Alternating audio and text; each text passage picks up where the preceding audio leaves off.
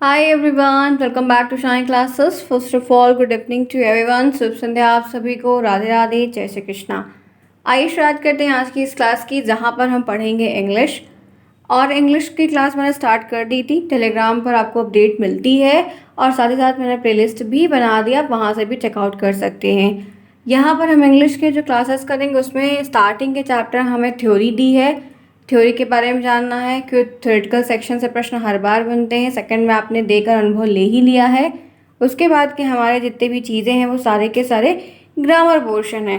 तो ग्रामर हमारा general subject है जो कि हम समानता पढ़ते आए हैं। तो पहले थ्योरेटिकल जितने वो चीज़ें देखेंगे, बाद में फिर जो स्टेप बाय स्टेप वो फॉलो अप करते हुए आगे बढ़ जाएंगे। तो चलिए शुरुआत करते हैं। तो जब मैंने उस दिन क्लास ली थी तो उसको आपको ग्रामर ट्रांसलेशन मेथड के बारे में पूरा बताया था, जो कि डिटेल में दिया है। सारे मेथड्स इसमें 5-6 हैं, हमें 2 ही पढ़ने हैं। चलिए फिर देखते हैं, स्टार्ट करते हैं। ग्रामर ट्रांसलेशन मेथड मैंने उसे बताया था, मैंने एक बार आपको इससे पहले भी सेकेंड में पढ़ाया हुआ है। बहुत इजी मेथड है और इन मेथड के बारे में आप जानते हैं कि यहाँ पर हमको टारगेट लैंग्वेज जो हमारी है उसको हम डिफरेंट लैंग्वेज के साथ कन्वर्ट करके चेंज करके सीखने का प्रयास करते हैं और बच्चों को सिखाते हैं। सिर्फ इतना ध्यान रखना है कि ये अलग अलग कंट्रीज़ की जो लैंग्वेज है उनको बच्चों को सिखाने का तरीका है, लेकिन वो जो लैंग्वेज उनको सिखानी है वो आपकी जो बच्चों की लोकल भाषा है उनके ऊपर उनको करके सिखाना है। क्योंकि अगर हम डायरेक्ट उनको वहाँ की भाषा को सिखाएंगे तो उन्हें नहीं आएगा। जब हम उनको जो हमारी लोकल भाषा जिसको हम बोलते हैं, लिखते पढ़ते रहते हैं, उसको जब हम उन्हें उस फॉर्म में सिखाएंगे तो उन्हें ईजिली वे में आ जाएगा। तो यही इन सारे मेथड्स में इंग्लिश को बाहर की जो कंट्रीज की लैंग्वेज है उनको सिखाने के लिए मेथड्स को बनाया गया है अलग अलग लोगों के हिसाब से। तो वही यहाँ पर आपको इस बेसिक से चैप्टर में मेथड्स के बारे में बताया गया है। तो सारे मेथड्स नहीं जानने, एक तो जानने हैं जो हम आपको स्टेप बाय स्टेप बताएंगे। तो ये पैराग्राफ वही है और ये टेलीग्राम पर मैं सेंड करूँगी। उस दिन मैंने किया इसलिए नहीं क्योंकि अभी इसके कुछ टॉपिक्स हैं वो बताने हैं, फिर आज आपको मिल जाएंगे। ठीक है, तो ये है कैरेक्टरिस्टिक जो कि मैंने आपको उस दिन भी बताई थी, जहाँ पर आपको ध्यान से रखना है। एक बार मैं रिवीजन कर देती हूँ फिर। तो पहला पॉइंट इसे आपको लिखने को आता है कि ग्रामर ट्रांसलेशन मेथड की कोई 2 कैरेक्टरिस्टिक को प्रिंट आउट करिए, लिखिए, ठीक है, पॉइंट आउट करिए। तो लिखा हुआ है it help to learn a foreign language. सबसे पहली बात है कि विदेशी भाषाएं जो है, बाहर की जो फॉरेन लैंग्वेज होती हैं, अलग अलग बर्लिन है, एम्स्टर्डम है, बहुत सारी यूरोप है, काफ़ी सारी कंट्रीज़ हैं, उनकी भाषा को सीखने के लिए तो हमें ये काफ़ी हेल्प करता है। और हमारे जो सेंटेंस के स्ट्रक्चर्स बनते हैं वो भी करेक्ट होते रहते हैं धीरे धीरे करके। दूसरा, allow the student to be able to read and write a new language. ये बच्चों को अलाउ हो जाता है, बच्चे सक्षम हो जाते हैं कह सकते हैं। जब वो धीरे धीरे पढ़ने लगते हैं तभी तो उनको वहाँ की भाषा लिखना, पढ़ना, बोलना, समझना आने लगता है। तो उसके लिए बच्चे को ये भी काफ़ी हेल्पफुल होता है। उसके बाद तीसरा पॉइंट है to enable the student to use the interchangeable word and phrase. उसके बाद फिर क्या होता है कि बच्चे जब वहाँ की लैंग्वेज को धीरे धीरे करके सीखते हैं ना, तो कहते हैं ना कि ये चीज़ यहाँ पर ऐसे बोलते हैं, वहाँ पर वैसा बोलते हैं, अभी यहाँ पर ऐसा लिखते हैं, वहाँ पर वैसा लिखते हैं। तो यही है इंटरचेंजेबल। हम उन्हीं जो लोकल वर्ड में जो हम हमारी जैसे जो भाषा में आती है वो तो हम बोलते ही हैं, लेकिन ये भी कहते हैं कि यहाँ पर ऐसा बोला जाता है, वहाँ पर वैसा बोला जाता है। ठीक है, जैसे एक छोटा सा एग्जांपल देख लो, तो बाहर के बहुत सारे वर्ड्स हैं। यहाँ लोग बाहर हेलो अलग तरीके से बोलते हैं, यहाँ पर अलग तरीके से बोलते हैं। तो सबका एक अलग अलग तरीका है। उसके बाद they get to learn new vocab. नए नए वर्ड्स का कलेक्शन होता है। यहाँ पर भी हम जब जहाँ पर पलते पढ़ते हैं वहाँ पर ढेर सारे वर्ड सीखते हैं। फिर उसके बाद जो टारगेट लैंग्वेज रहती है पढ़ाई लिखाई की, उसको सीखते हैं। उसके बाद कुछ हम और सीखने का प्रयास करते हैं तो वहाँ पर भी हमारी एक अलग डिक्शनरी बन जाती है। तो ये बहुत अच्छा है। उसके बाद है it does not enable student skills listening and speaking. बस इसमें एक बात ये है कि यहाँ पर आपको बच्चे को जो है ना लिखना और जो है क्या कहते हैं पढ़ना वो ज़्यादा है, सुनना और बोलना इसमें कम है। आप स्किल्स जानते हैं 4 स्किल है, तो उसमें 2 पॉइंट इसमें नहीं है। 2 पॉइंट का लाभ इसमें ज़्यादा हो जाता होता है, क्योंकि हम हर जगह पर चारों स्कूल को एक साथ नहीं डेवलप कर सकते, ना ही बच्चों के लिए करवा सकते हैं। तो ये आपको कुछ पॉइंट्स हैं जो ध्यान रखने होंगे। आगे बढ़िए।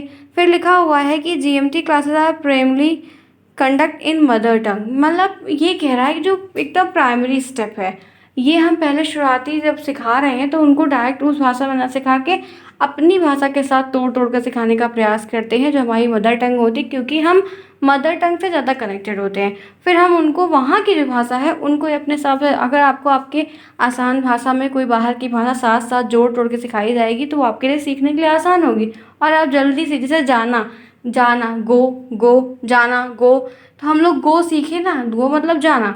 तो हमने जाना तो हम जानते हैं लेकिन गो नहीं जानते थे। तो जब बताया गया कि जाना मतलब कोई जा रहा है तो हिंदी में जाना कहेंगे, इंग्लिश में उसको हम गो कहेंगे। तो इसी तरीके से हमारी जो मदर टंग की लैंग्वेज है, हम उनको वर्ड के फॉर्म में, फ्रेजेस के फॉर्म में जब सीखते हैं, पढ़ते हैं और ये बोलते हैं कि यहाँ की लैंग्वेज को यहाँ पर ये ले, तो बच्चा धीरे-धीरे करके जब उन चीज़ों को बार-बार सुनता है तो सीख जाता है। ठीक है? उसके बाद फिर तो ये आपके 5-6 पॉइंट्स हैं, कई सारे हैं, आपको 2-3 जो भी इसमें से याद हो या जो भी आपको ईज़ी लगे आप आराम से ले लीजिए। एग्ज़ाम में जब कभी भी आपसे यह चीज़ें पूछी जाएँ तो आपको वहाँ पर लिखना होगा। ठीक है? फिर कुछ प्रोसीजर्स होते हैं कि कैसे-कैसे बच्चा पढ़ता है, कैसे टीचर्स उनको क्लासरूम में पढ़ाते हैं, तो वो सारे स्टेप्स हैं। चलिए, आज का जो मेन टॉपिक है, जिनमें हमें डिस्कस करते हुए पढ़ना है, देखना है, समझना है, वो है मेरिट। मेरिट आपको लिखने को आती है कि जीटीएम की, ग्रामर ट्रांसलेशन मेथड की 2 एडवांटेज लिखिए, कोई 3 एडवांटेज लिखिए। ठीक है? आपको डीमेरिट लिखने को आएगी। प्रोज एंड कॉन्स भी कभी-कभी इनके लिए लिखा रहता है, कभी डीमेरिट और मेरिट लिखा रहता है, एडवांटेज और डिसएडवांटेज भी लिखा रहता है, तो तीनों इक्वल है। जो भी पूछे आपको आता है हर बार, तो वो चीज़ें आपको समझ में आ जाएंगी। तो ये चीज़ें, तो यहाँ पर ऐसे बात हो रही कि merit of grammar translation methods की कोई 3 मेरिट बतानी है। तो पहली मेरिट एक है जो एक अच्छी बात है, कैरेक्टरिस्टिक्स भी हम लोग का कभी-कभी कैरेक्टरिस्टिक की भी बातें इसमें लिख देते हैं, कोई प्रॉब्लम नहीं होती, इक्वली हमारा सेम होता है। तो यहाँ पर है कि it make the concept more clear, new word, phrase and vocab is introduce. इससे क्या होता है कि ये एक अच्छा मेथड है कि आपको बहुत सारे कॉन्सेप्ट को बहुत ज़्यादा आपका क्लियर कर देता है, क्योंकि हमें बाहर की लैंग्वेज जब हम सीखते हैं तो उसका मतलब ये है हमें कोई काम है, नौकरी करनी है, कुछ करना है या पढ़ाई करनी है, वहाँ जाना है, तभी तो वहाँ की लैंग्वेज को हम सीखेंगे, वरना इतनी सारी कंट्रीज़ हैं, हम सारी कंट्रीज़ की लैंग्वेज क्यों सीखेंगे।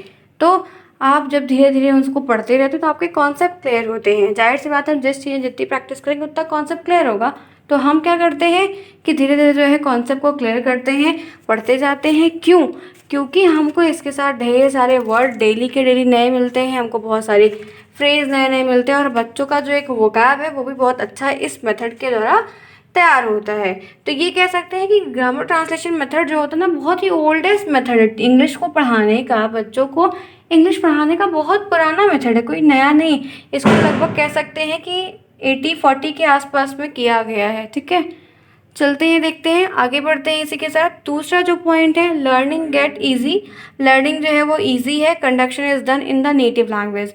तो ये जो इसमें एक बात ये है कि आपको पढ़ाने का, इंग्लिश को पढ़ाना सिखाना काफ़ी आसान हो जाता है जब आप इसको नेटिव लैंग्वेज के साथ जोड़कर पढ़ाते हैं। कोई भी चीज़ है अगर हम लोकल तरीके से पढ़ाने का प्रयास करेंगे तो बच्चे आराम से उसको ओल्ड तरीके से जोड़ कर पढ़ाएंगे तो very easy to read, very easy to learn, बच्चों के लिए काफ़ी अच्छा हो जाएगा। इसीलिए इस मेथड को ना क्लासिकल मेथड के नाम से भी जाना जाता है, क्योंकि ये काफ़ी ईजी होता है अलग अलग भाषाओं को सीखने के लिए। ठीक है फ्रेंड्स, थोड़ी आवाज़ें आ रही हैं, आई डोंट नो क्या है, देखेंगे बताएंगे फिर आपको बाद में, फ़िलहाल के लिए क्योंकि दिन का टाइम है तो ऐसा क्या हो रहा है, बट थोड़ा सा डिस्टर्बेंस मत लो। ठीक है?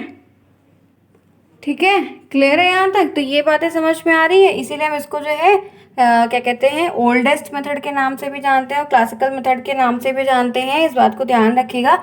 और ये भी कहा जाता है कि this method is very famous, ये मेथड बहुत फेमस है और एवरेज टीचर्स के लिए भी कह सकते हैं, because it is very easy to read और लर्न। इसके द्वारा हम बच्चों को बहुत अच्छे तरीके से सिखा सकते हैं, प्राइमरी स्किल को भी डेवलप करवाने के लिए बहुत अच्छा मेथड होता है। अब आगे चलते हैं। It promote the skills of reading and writing. ये जो है ना, लिखने वाली और पढ़ने वाली जो राइटिंग स्किल होती है, 2 कला है ना, पढ़ना और लिखना, तो 4 कला होती है, चारों स्किल्स को नहीं डेवलप करता है, लेकिन जो आपकी लिखने और पढ़ने वाली कला होती है वो इस मेथड के द्वारा विकसित होती है, बच्चा सीखता जाता है।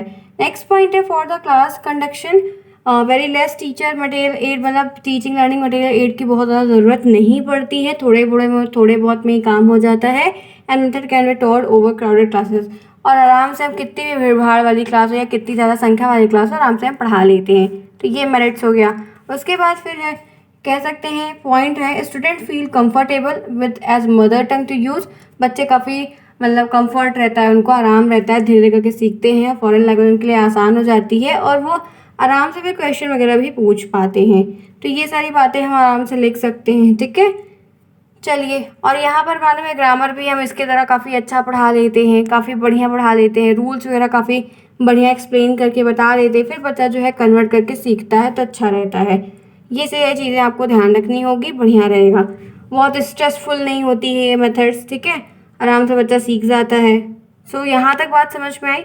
अभी तक मैंने सिर्फ आपको क्या बताया है, आपको मैंने यहाँ पर आपकी जो है मेरिट्स बताई है, तो आप इसको मेरिट्स में भी लिख सकते हैं, एडवांटेज में भी लिख सकते हैं और कैरेक्टरिस्टिक्स में भी लिख सकते हैं। चलिए आइए आगे बढ़ते हैं, इसी के साथ देखते हैं दूसरा पॉइंट। दूसरा पॉइंट है डीमेरिट। डीमेरिट में क्या क्या है, अब सारी चीज़ें अच्छी तो हो ही नहीं सकती हैं, जाहिर सी बात है, मनुष्य से होती नहीं तो मेथड्स कैसे अच्छे हो जाएंगे। तो प्रॉब्लम क्या है वो जानो। तो 2-3 प्रॉब्लम लिखने को आती है। जैसे प्रॉब्लम है तो पहला प्रॉब्लम ये है कि one of the major disadvantage GTM is that is restrict the skill of speaking and listening. मतलब बोलने की और सुनने की जो स्किल है उसका कोई मेन रोल नहीं है, तो एक डिसएडवांटेज है। क्योंकि मेथड कहीं ना कहीं ऐसा होना चाहिए जिससे चारों डेवलप हो, चारों का विकास हो तो ज़्यादा अच्छा रहेगा ना, हर फैक्टर का विकास होगा। किसी दो का ही हो तो वो थोड़ा गलत है। तो फॉरेन लैंग्वेज के लिए फिर बच्चा बोलेगा नहीं, सुनेगा नहीं, तो वो कुछ ज़्यादा जम नहीं रहा है, तो ये ध्यान रखना। दूसरा यहाँ पर कह सकते हैं, दूसरी डिमेरिट है कि the natural order of learning language is listening, speaking, reading, writing, but GTM is reading is और राइटिंग फैसिलिटेट। मतलब ये है कि एक नेचुरल ऑर्डर देखा जाए कोई भी भाषा को सीखने का या बच्चों को सिखाने का, तो ये होना चाहिए कि बच्चा जो है आप सारी लैंग्वेज को सिखाओ, सब बताओ, सब कुछ करो, लेकिन अभी आप सिर्फ दो ही पे फोकस कर रहे हो तो ये थोड़ा गलत है, ठीक है। और क्या कह सकते हैं, इनके बारे में ये भी कहा जाता है ना कि इनमें वोकैब का जो जो होता है, वोकैब की मीनिंग वगैरह ज़्यादा नहीं बताई जाती, बस ये कह दिया जाता है कि इसके रेफरेंस में ये यूज़ होता है, तो ये भी गलत है। बच्चों को मीनिंग नहीं बताएंगे तो आएगा कैसे। उसके बाद proper conversation skills in a foreign language still remain hurdle. मतलब क्या है कि कह सकते हो कि बच्चा सिखा तो देते हो, लेकिन कहीं की बात कर ले, जो आप सिखा रहे हो उसकी आप वो बात कर ले तो वो नहीं कर पाता है, तो फिर इतना प्रभावी नहीं होता है। आपने कोई चीज़ सिखाई किसी को और उसका कोई रिजल्ट नहीं दिख रहा है, बस हाँ सो आया, ठीक ठाक आया, बहुत ज़्यादा नहीं आया, एवरेज ही आ गया, तो फिर आपने क्या ही कर लिया। तो ऐसा नहीं करो। आप अगर उनको सिखा रहे हो, बता रहे हो, तो उनको मतलब बातचीत करने तक इतना एकदम प्रेफरेबल बना दो कि बच्चा यूज़ कर पाए उस स्किल को। नेक्स्ट है GTM focus on formal and bookish grammar rule and so it does not enhance the proper learning of foreign. ये पता है, ये सारे मेथड जो है ना रूल्स के अकॉर्डिंग ज़्यादा चलते हैं। रूल की जब आते हैं, रूल रूल रूल रूल बता देते हैं बच्चों को, स्टेप पहले ये रूल है, इसके बाद ये रूल है, ऐसा ऐसा चेंज करके पढ़ लेते हैं। तो बच्चों को बुकिश लैंग्वेज जो होती है, जो बुकिश की ग्रामर की लैंग्वेज होती है, उन पे ज़्यादा डिपेंड कर देते हैं। ये नहीं होता है कि एकदम जैसे Hindi grammar, English grammar local भाषा में आ रहा है वैसे वो भी आए, तो ये बड़ा फोकस हो जाता है ना। आप उनको इस तरीके से सिखाओ। आप देखो किताबी चीज़ें ऐसे बता दोगे, ये रूल है, नाउन है इसका, ये रूल है, टेंस है इसका, ये रूल है, तो वो चीज़ें उन बच्चों को उस लैंग्वेज में नहीं आती है, दिक्कत होती है, वो सीख नहीं पाते, बोल नहीं पाते, बातें नहीं कर पाते। जब आप उनको किस लैंग्वेज की हेल्प लेते हुए कुछ उनकी जो मदर टंग है, नॉर्मल है, उसमें सिखाओगे तो बच्चों को वो चीज़ ज़्यादा आएगी। तो ये चीज़ें रहती हैं, ठीक है। और कह सकते हैं कि बहुत ज़्यादा इंटरेक्शन नहीं होता है इसमें, ये भी लिख सकते हैं आप कि इस मेथड में बच्चों का बहुत ज़्यादा कोई रोल प्लेइंग नहीं होता है, बस वो ऐसे ही नॉर्मल रहते हैं, जल्दी नहीं सीख पाते हैं क्योंकि उनको मौका नहीं मिलता है, रूल बता दिए गए, उनको प्रैक्टिस करने का वक्त नहीं मिला। तो मेथड्स में ये सारी चीज़ें भी दी गई हैं, ठीक है। यहाँ तक बात क्लियर समझ में आई। आज मुझे आपको ग्रामर ट्रांसलेशन मेथड की मेरिट और डीमेरिट बतानी थी, क्योंकि मैंने आपको अभी तक के क्लास में 10 से 12 मिनट हो रहा है और मैंने ये चीज़ आपको प्रॉपर बता दी है। आगे बढ़िए। अब एक पॉइंट और है, वो यहाँ पर है कि it take time to translate each and every word. ये जब आप कन्वर्ट करके बोलते कि इसकी जगह पर हम ये यूज़ कर सकते हैं, तो टाइम लगता है चेंज होने में, और student are well verse in the mother tongue and they need to time to think to translate. बच्चे जो हैं उनको हिंदी भाषा या उनकी जो मदर टंग होती है वो उनको ईजी लगती है, वो उन्हें बढ़िया आ जाती है, लेकिन फिर जब वो ये कहा जाता है कि इसको ट्रांसलेट करके बताओ या टीचर पूछता है तो वो उनको वक्त लग जाता है, वो सोचते हैं क्यों? क्योंकि आप उनको बोलने के लिए तभी मौका देते हो, अदरवाइज़ जब आप पढ़ाते रहते हो तो आप ये खुद ही बता देते हो कि इसकी जगह पे ये यूज़ हो रहा है, तो बच्चे को आएगा कैसे? मौका नहीं दोगे तो बच्चों को कुछ नहीं आएगा। और आप सडनली उनसे पूछोगे कि इसकी जगह पे मैंने क्या बताया था, क्या यूज़ किया, तो कभी-कभी कुछ बच्चों को याद रहेगा, सब बच्चों को नहीं याद रहता है। तो सबके लिए ईज़ी नहीं है ना, तो आप उनको उनके तरीके से पढ़ाओ। क्लियर? चलिए आगे बढ़िए। अब है टेक्निक ऑफ जीटीएम, कुछ टेक्निक्स है। ये सारे मेथड जैसे बच्चों का टेस्ट लेना है या सिखाना है, तो कुछ टेक्निक और भी इसके अंदर डाली गई हैं ताकि हर एक अलग अलग लेवल के बच्चे को ये चीज़ सिखाई जा सके। सबके लिए बराबर नहीं होती हर चीज़ें। तो पहला है कि fill in the blanks, fill in the blanks दे दो। फिल इन द ब्लैंक्स बच्चों को काफ़ी अच्छा भी लगता है, इंटरेस्टिंग रहता है, पजल टाइप का रहता है, बच्चा सीखने का प्रयास करेगा। कभी कभी फिल इन द ब्लैंक्स में नाउन भरवाओ, कभी एडजेक्टिव भरवाओ, कभी प्रीपोजिशन, कभी कंजक्शन, या आपको जो चीज़ें वहाँ की भाषा में सिखानी हो, लोकल टारगेट रखते हो वो सिखाओ। तो फिल इन द ब्लैंक्स काफ़ी इंटरेस्टिंग होता है, बच्चा अच्छे से करता है और सीखने का प्रयास करता है। दूसरा पॉइंट है यूज़ वर्ड इन सेंटेंस। फिर क्या करो कि आप जो सेंटेंस बोल रहे हो या आप जो सेंटेंस उसको दे रहे हो, आप तो फिर वहाँ पर वो वर्ड की रेफरेंस में ब्रैकेट में उसको यूज़ करो ना।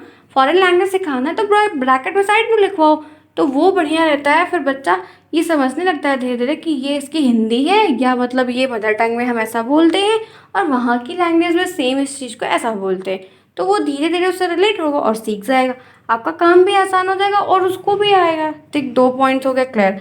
उसके बाद है टॉपिक कंपोजिशन। टॉपिक्स पे चर्चा करो, टॉपिक्स दो, कंपोजिशन पे ध्यान रखो। तो ये भी पॉइंट आउट करते हुए फिगर आउट रहेगा, या पैराग्राफ दिया है उसके क्वेश्चंस रहेंगे तो वो भी अच्छा रहेगा। पैसेज का ट्रांसलेशन करवाओ, पैसेज दो। हमें पैसेज ट्रांसलेशन करने के लिए आता ना, हिंदी से English, English to Hindi, Hindi to Sanskrit, Sanskrit to Hindi, अभी भी आते हैं ना, पैसेज देता है, अनुवाद, उसकी व्याख्या वगैरह बताई रहती है। तो ये चीज़ें होती हैं।